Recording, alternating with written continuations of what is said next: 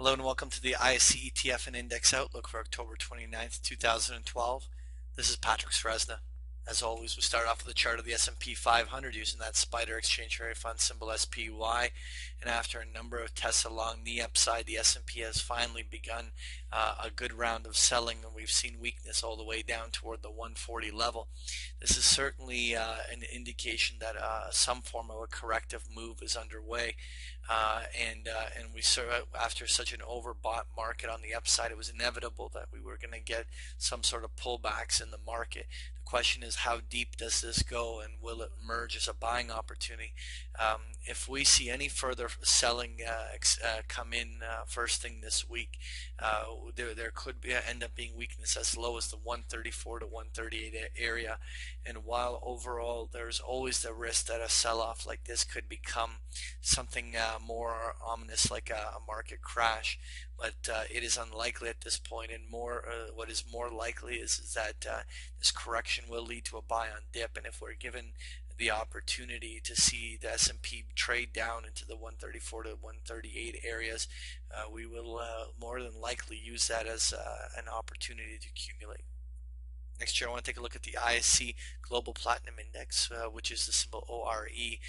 After that substantial September rally up toward the 76th level on the upside, we've now seen a correction that has come back to retest all the lows that were put in July and August around the 65 focal point. This is a level where there's going to be a very important decision made. If this support line continues to hold, then in fact we're looking at a compelling buying opportunity for a platinum index. But there is no denying that beyond a few days of strength over the last year, the predominant trend has been complete and total distribution, in which we have to respect the momentum that's been in place. So we are going to be watching the support line. Any technical break below there certainly would open the window for there to be weakness down to 60 or even 55 on the downside. So we're going to use this as a pivot level.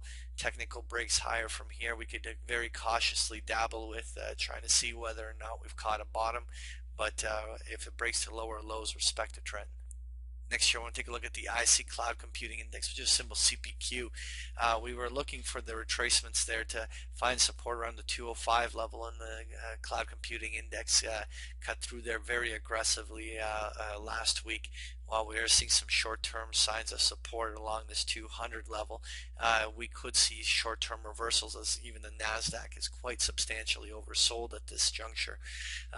But there's always a chance at this stage that there could be a very quick, fast drop down toward the 190 level to solidify a bottom. But one way or another, now that we've seen a better part of almost 2 months of selling, we're going to be looking for where the buying opportunity in the Cloud Computing Index will arise. Finally, I want to take a look at the ISE Natural Gas Index, which is symbol FUM. The natural gas index has had some very aggressive selling last week. It is far too early to be buying the dip just yet. We want to see whether price action can get back above the 104 with a little bit of momentum.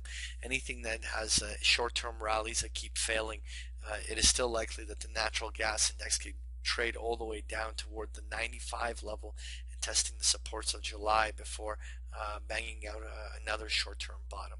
That was your ISE ETF and Index Outlook. Thank you for joining me.